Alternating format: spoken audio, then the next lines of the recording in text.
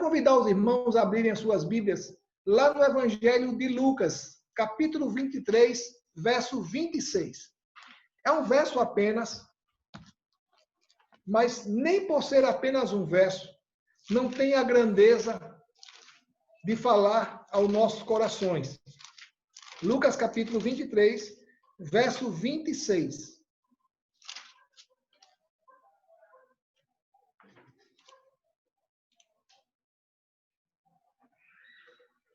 Ele vai falar daquele momento que antecedeu a crucificação de Jesus.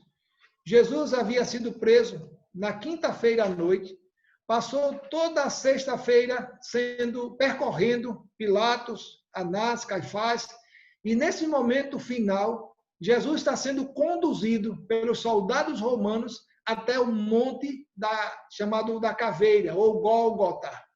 E esse é um momento que faz uma ligação. Para os irmãos terem ideia da importância desse texto, que se encontra em Lucas capítulo 23, verso 26, esse texto é repetido nos chamados evangelhos sinóticos. Tanto Mateus como Marcos registram esse mesmo fato. Então passou a ser um fato notório, conhecido da igreja primitiva. Os irmãos que ali estavam, esse texto foi multiplicado, foi anunciado e passou a ser notório. Tanto é que Mateus registrou, que Marcos registrou, Marcos e Lucas que não estiveram com Jesus, mas puderam ouvir dos irmãos que ali estavam esse fato, que muito falou meu coração, e o meu desejo e a minha oração que fale também ao seu coração. Diz assim, o texto que fala dessa ligação, em que Jesus sai da presença de Pôncio Pilatos e é conduzido até o monte da Caveira, ou Gólgota, onde ali ele seria crucificado ao lado de dois ladrões. Diz assim a palavra do Senhor. E como o conduzissem, estavam conduzindo Jesus, os soldados estavam conduzindo Jesus, constrangendo um sirineu chamado Simão, que vinha do campo, puseram-lhe a cruz sobre os ombros para que a levasse após Jesus. Encontrei essa mesma versão na revista aí atualizada, e ele diz assim, enquanto o levavam a Jesus, agarraram Simão de Cirene, que estava chegando do campo, e lhe colocaram a cruz nas costas, fazendo-o carregá-la atrás de Jesus. Essa versão é a Nova Versão Internacional. A primeira versão que eu li é a versão revista e atualizada. Mas as duas versões tratam de um mesmo fato.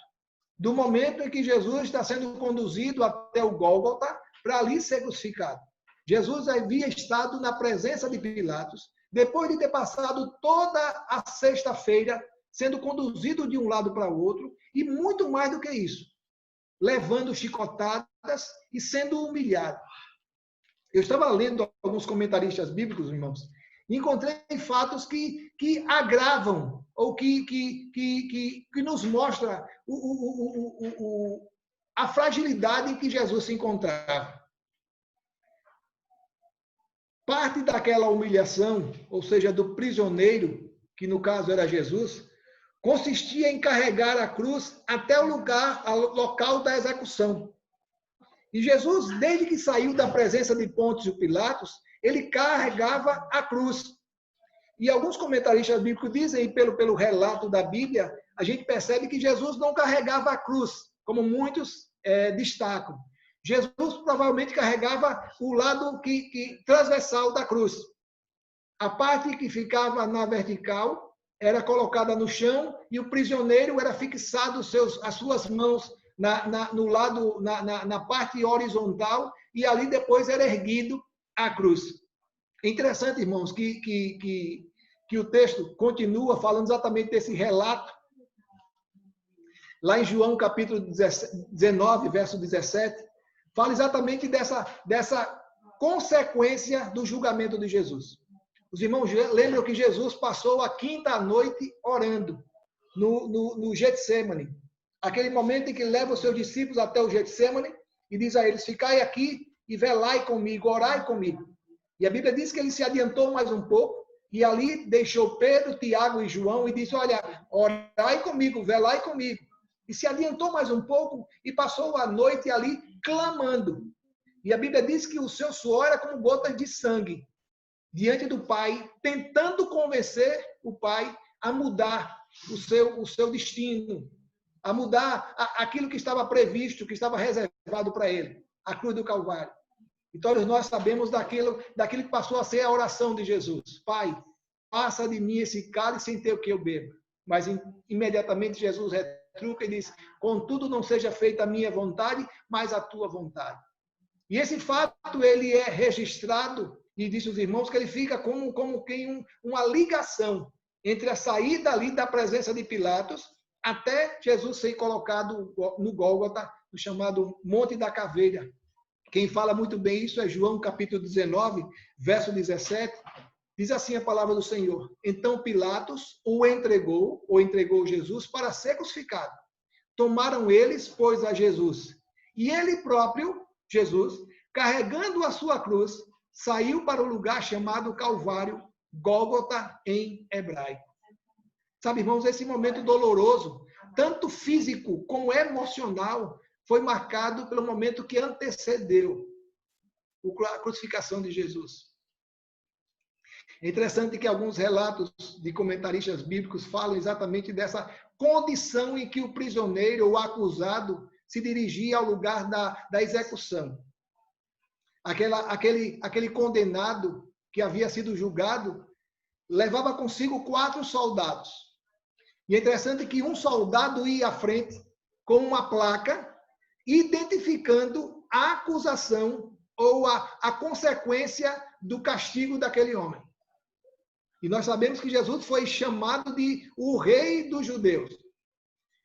E é interessante que, para que a condição do preso, do acusado, pudesse se agravar ou se tornar mais grave e mais dolorosa, esses comentaristas bíblicos dizem que eles tomavam normalmente o caminho mais longo, até o local da execução.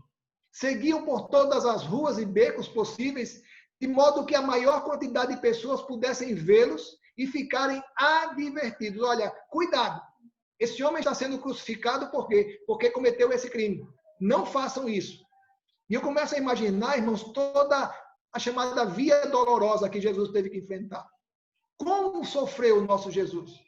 Tudo isso por amor a mim e por amor a você. Nós não conseguimos mensurar, nós não conseguimos medir tudo aquilo que Jesus passou por amor a nós. Mas volto os meus olhos para aquele que é o alvo da nossa reflexão, o chamado Simão de Cirineu, o chamado Simão de Cirene. Provavelmente Simão estava ali, como milhares de judeus de outros países, que haviam se dirigido a Jerusalém para participar da Páscoa, da festa da celebração dos judeus. Provavelmente a distância entre a África ou o norte da África, onde ficava Cirene, até Jerusalém, era por volta de 1.200 quilômetros. E aquele homem não podia imaginar aquilo que estava reservado para que ele pudesse experimentar. Eu fico imaginando aquele homem marcado por aquele momento de humilhação. Porque ele não foi convidado, ele não foi sondado, ele não foi consultado se ele queria carregar a cruz de Cristo. Eu estava lendo William Barclay e ele diz que provavelmente os soldados, ao perceberem que Jesus ia se demorar, eles não podiam se demorar, porque Jesus não poderia adentrar o sábado ou chegar às 6 horas da noite, porque era o momento do momento do sábado. E não podia fazer com que a crucificação chegasse no sábado, ou que adentrasse ao sábado. E eles precisavam apressar o cortejo. E aí provavelmente tocou com uma lança nas costas de Simão, disse, olha, vá, ajude esse homem a carregar a sua cruz. Irmãos, aquele momento que parecia ser um momento de humilhação, de constrangimento, um momento de tragédia, de vergonha para aquele homem chamado Simão, na verdade, transformou-se numa oportunidade maravilhosa de aproximar-se de Jesus. Aquele homem não podia imaginar que aquele momento marcado pela humilhação, pelo constrangimento de ser imposto a ele, carregar a cruz de Jesus, pudesse, quem sabe, ser um instrumento de Deus para fazê-lo conhecer de mais perto tudo aquilo que Deus havia separado para ele. Aí uma pergunta me vem à mente, falando do Simão de Cirene. Onde estava o outro Simão? O Pedro. Lembra o que ele prometeu a Jesus? Que ele havia prometido a Jesus que seguiria Jesus até a morte, se necessário fosse? Pedro estava escondido. Pedro havia fugido. Pedro, a Bíblia diz que seguia de longe. Mas aí voltamos nossos olhos para esse Cirineu, o Simão Cirineu, que tinha ido a Jerusalém com o intuito de celebrar a Páscoa, de fazer as orações. Mas os soldados romanos mudaram os seus planos. Os soldados romanos lhe impuseram o constrangimento, a vergonha de carregar a cruz daquele acusado. Um acusado que estava sendo levado até a morte, até a crucificação. Sabe, irmãos, eu encontrei pelo menos duas verdades que nos incentivam, que nos encorajam a confiar em Deus. Ainda que tudo aquilo que tenhamos planejado, projetado, elaborado, com muito cuidado, com muita antecedência, não venha acontecer. A primeira lição que eu aprendo nesse relato bíblico, eu queria destacar uma coisa antes disso. Os irmãos percebem que apenas um versículo da palavra de Deus é suficiente para que possamos extrair dele lições, ensinamentos tão preciosos para as nossas vidas. Percebem? Apenas um verso que fala de um homem, Simão, e a sua origem, Cirene, e que ele tinha ido a Jerusalém não com essa finalidade, mas foi constrangido, foi obrigado a carregar a cruz daquele condenado, daquele que estava sendo conduzido para a morte, para ali ser crucificado. Primeira coisa que eu encontro como lição, como aprendizado nessa relação de Simão, não o Simão Pedro, mas o Simão de Cirene, é que os planos de Deus, preste bem atenção nisso, os planos de Deus nem sempre são iguais aos nossos, mas com certeza são sempre melhores que os nossos. Quem sabe aquele plano, projeto de Simão de estar na Páscoa, de celebrar junto com a sua família, nada disso deu certo. Mas Deus tinha algo muito melhor para Simão. Deus tinha algo que podia parecer um constrangimento, uma vergonha, uma exposição, mas Deus tinha algo muito melhor para Simão. Aquele momento, irmãos, aquele momento casual para Simão foi o início de uma nova vida. Foi o início que ele passou a conhecer Jesus. Quem sabe ao estar lado a lado com Jesus, ao ter a obrigação de transportar a cruz, ou o lado transversal da cruz, o obrigou, quem sabe, a conversar com Jesus, a entender o motivo por que Jesus estava sendo acusado. Não conseguimos mensurar, não conseguimos perceber, não conseguimos medir, identificar aquilo que levou Simão a estar ao lado de Jesus, aquilo que eles puderam conversar, aquilo que ele presenciou, das chicotadas, da vergonha, do escárnio, da zombaria, de toda a multidão que estava ao lado, acompanhando o trajeto. Fica imaginando o coração de Simão, dolorido, condoído, em função daquela situação. Mas uma coisa eu sei, aquele encontro com Jesus, aquela situação anteriormente constrangedora para Simão, foi um momento precioso na vida de Simão. Provavelmente, irmãos, antes de se encontrar com Jesus, Simão possuía uma religiosidade, uma devoção. Era alguém que não faltava às celebrações. Era alguém que fazia questão de declarar-se judeu convicto e cumpridor dos mandamentos. Era alguém que deixava exalar, quem sabe, uma religiosidade, mas que não tinha uma intimidade com Deus. E fazia, quem sabe, uma vida marcada pela repetição, marcada, quem sabe, pela tradição, quem sabe, marcada também pela obediência cega, sem haver dentro disso o amor, o prazer da obediência, o prazer de seguir, não por obrigação, não por medo do castigo, mas com o prazer de seguir a Jesus. Mas encontro, irmãos, esse Simão. O Simão que não foi colocado no registro da palavra por acaso. Aquela manhã, na vida de Simão, foi o começo de uma grande reviravolta, que Deus havia separado para aquele homem, para aquela vida. Naquela trajetória chamada Via Cruz, Deus estava transformando, sem ele perceber, o coração de Simão. Veja o que é que diz o relato de Lucas, no capítulo 13, verso 1, 13 de Atos, capítulo 13, verso 1. Atos 13, verso 1. Veja o relato dos irmãos que compõem a igreja de Antioquia. Atos capítulo 13, verso 1. Diz assim a palavra do Senhor. Havia na igreja de Antioquia profetas e mestres, Barnabé, Simeão por sobrenome Níger, Lúcio de Cirene, Manaém, Colácio de Herodes, o tetrarca e Saulo. Sabe o que eu destaco aqui? O que muitos comentaristas bíblicos identificam? Está vendo esse segundo nome aí? Simeão, por sobrenome Níger. Níger era uma situação de aparência de Simeão, que alguns identificam como sendo esse Simão. Níger significa negro. Por ser da África, provavelmente ele tinha pele escura. E alguns comentaristas bíblicos defendem que esse Simeão era o mesmo Simão que carregou a cruz contra a vontade, que carregou a cruz de Jesus. Constrangido, carregou a cruz de Jesus. Aí você pergunta, como se deu essa transformação? Como aquele homem que estava ali em Jerusalém para celebrar todo o ritual da festa da Páscoa, toda a tradição dos judeus, se converte num dos líderes da igreja de Antioquia, aquilo que o Espírito Santo fez com você. Aquilo que o Espírito Santo fez comigo. Transformar homens onde a sociedade disse, olha, não tem jeito, não tem futuro. Quem sabe aquela esposa diz, olha, já estou a ponto de desistir. Quem sabe aquela esposa diz, olha, eu estou a ponto de deixar essa mulher. Sabe, irmãos, é tão bom a gente perceber como simples atitudes, gestos tão simples para nós, podem ser convertidos em oportunidades ricas do Evangelho ser pregado. Deixa eu contar uma experiência que aconteceu comigo lá na Igreja Batista do Farol.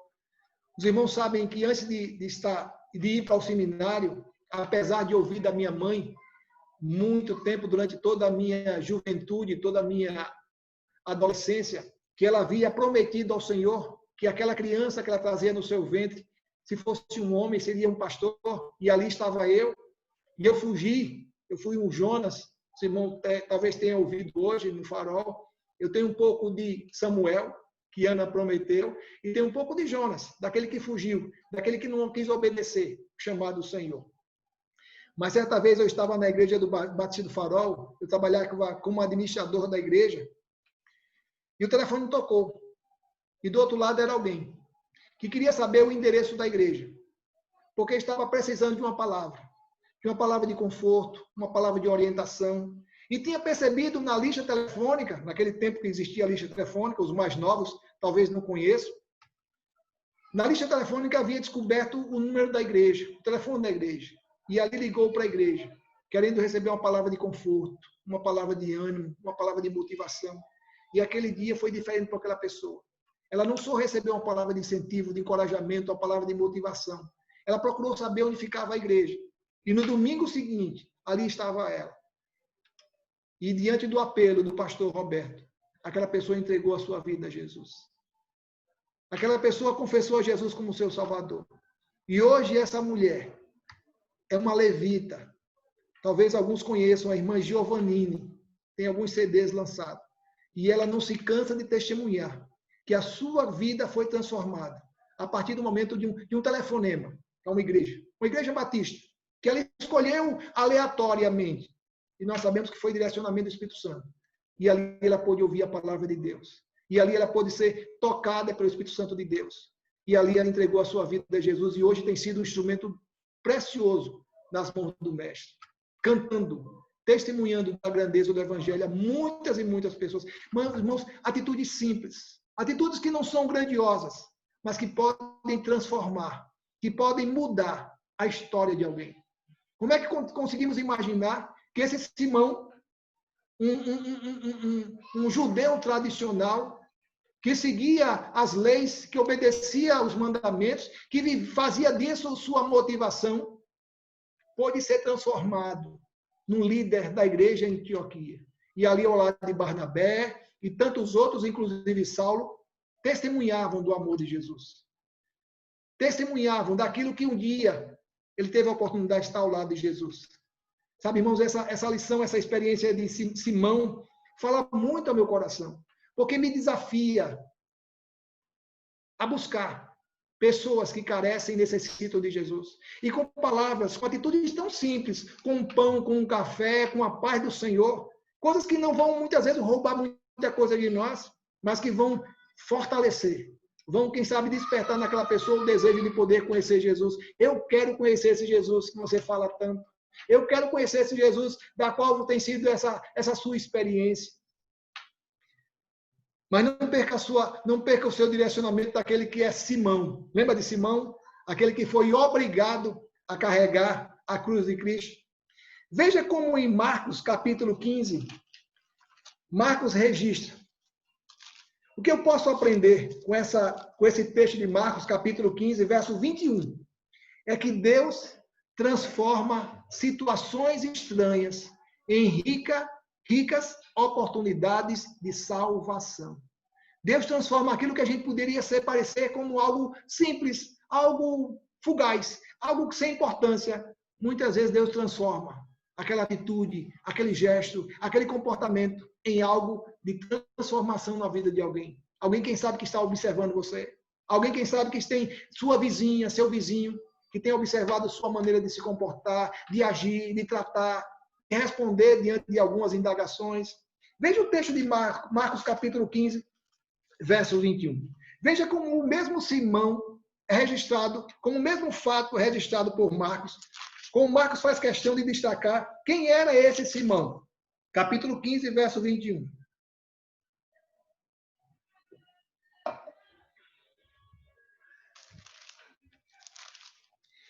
Diz assim a palavra do Senhor.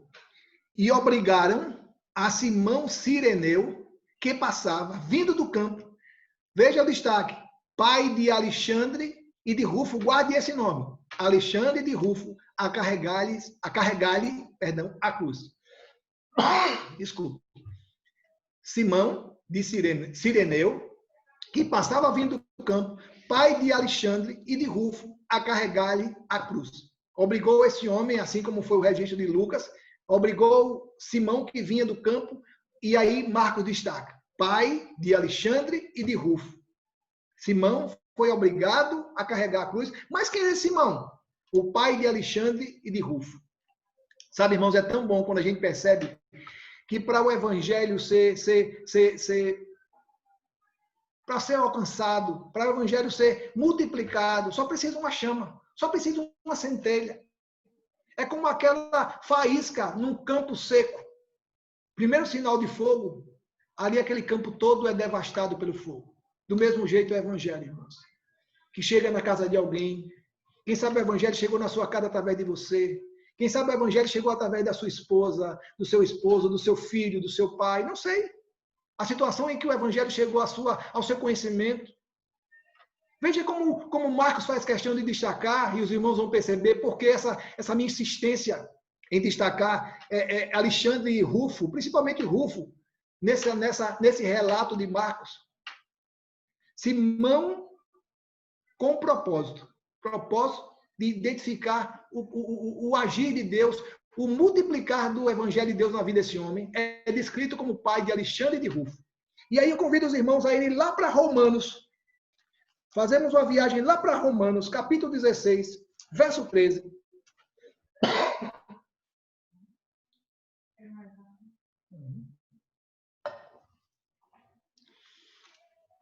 Lembra quando iniciamos o nosso culto? Destacando aquelas palavras finais de Paulo, as saudações finais de Paulo. Vejam para o capítulo 16 de Romanos, verso 13. Saudai Rufo. Quem é esse Rufo? Filho de Simão Cireneu. Irmãos, o evangelho é como uma chama que alcança, que se multiplica, que vai impactando os corações. Aqueles gestos tão impositivo de Simão, que lhe fizeram obrigá-lo a carregar a cruz de Cristo, fez com que aquele homem pudesse ter a sua vida transformada. E veja que aqui o apóstolo Paulo diz, saudai Rufo, eleito do Senhor. E não fica aí não. Eleito do Senhor. E igualmente a sua mãe, que a Bíblia não resiste o seu nome, que também tem sido mãe para mim. Que coisa maravilhosa. Aquele homem que não entendia os planos e projetos de Deus, que foi obrigado a carregar a cruz de Cristo, que tinha todos os motivos para dizer não, mas o soldado romano o impôs ou o obrigou a carregar a cruz de Cristo. O poder de transformação do evangelho foi tão grande que não só alcançou Simão, mas alcançou a sua família, alcançou os seus filhos, alcançou a sua esposa. Irmãos, a Bíblia está recheada de experiência de conversão coletiva, dentro de um lar, fruto, quem sabe, da conversão de um pai, de uma mãe, de um filho. E as atitudes e comportamento daquela pessoa transformada começa a impressionar. Começa a impressionar as pessoas que conviviam com aquela pessoa. E quem sabe o pai diz assim, você está vendo fulano? Veja como mudou. Você está vendo fulana? Veja como mudou. Veja que o comportamento daquela pessoa está diferenciado. Isso é fruto de um coração transformado, irmão. Não podemos imaginar como Simão voltou para cá. Você consegue imaginar? Eu sei que isso é coisa de pastor. Mas eu começo a imaginar, irmãos, o coração de Simão transformado. Aquele homem preso a uma tradição, preso a costumes, às práticas engessadas do judaísmo. Mas aquele dia ele voltou transformado para casa. Eu começo a imaginar, volto a dizer, não quero que os irmãos caminhem comigo, porque isso é coisa de pastor, eu gosto de caminhar nessa direção. Lembra da experiência de Zaqueu? Lembra da experiência de Jesus, daquilo que Zaqueu prometeu a Jesus, quando ele entregou a sua vida a Jesus? Lucas capítulo 19. Quando ele diz, hoje resolvo devolver metade dos meus bens, e se eu defraudei, se eu roubei alguém, alguma coisa, vou restituir 4 vezes mais. E aí Jesus, lá no versículo 9 do capítulo 19 de Lucas, disse, hoje houve salvação nesta casa, pois que também este é filho de Abraão. E Jesus vai embora. E não se fala mais nada a respeito de Zaqueu. Mas eu começo a imaginar, irmãos, como foi a vida de Zaqueu depois que Jesus saiu da sua casa. Ele havia prometido a Jesus que devolveria metade dos seus bens para os pobres e restituiria aqueles a quem ele havia roubado, e existiam as pessoas que ele havia roubado, porque ele é um cobrador de impostos, cobrava do seu povo, os judeus, para passar para os romanos, e provavelmente algum desse dinheiro ficava com ele, de maneira corrupta. E eu começo a imaginar como foi Zaqueu depois que Jesus foi embora. Quem sabe Zaqueu batendo na casa de alguém, e aquela criança sai na porta e diz, olha, hoje não tem nada. E aquele Zaqueu transformado diz, olha, o Zaqueu não veio cobrar, hoje o Zaqueu veio devolver aquilo que eu cobrei a mais de vocês. Sabe, o evangelho é que tem esse poder de transformação. Assim como transformou a vida de Simão, lá do Cirineu, e pôde impactar a vida da sua família, do seu filho. Também encontro, irmãos, outras e outras experiências registradas na palavra de Deus, que nos garantem que a transformação de um pode ser a transformação de todos, que a transformação de um pai, de uma mãe que roga, que intercede, que ora pelo seu filho, de um filho que ora pelo seu pai, pela conversão dessas pessoas, as nossas atitudes, o nosso comportamento em nossas casas vão poder mudar, vão poder transformar essa realidade. Me faz lembrar, sabe por quê, irmãos? Lembra da experiência de Paulo e Silas ali em Filipos, capítulo 16 de Atos, e quero encerrar com essa passagem.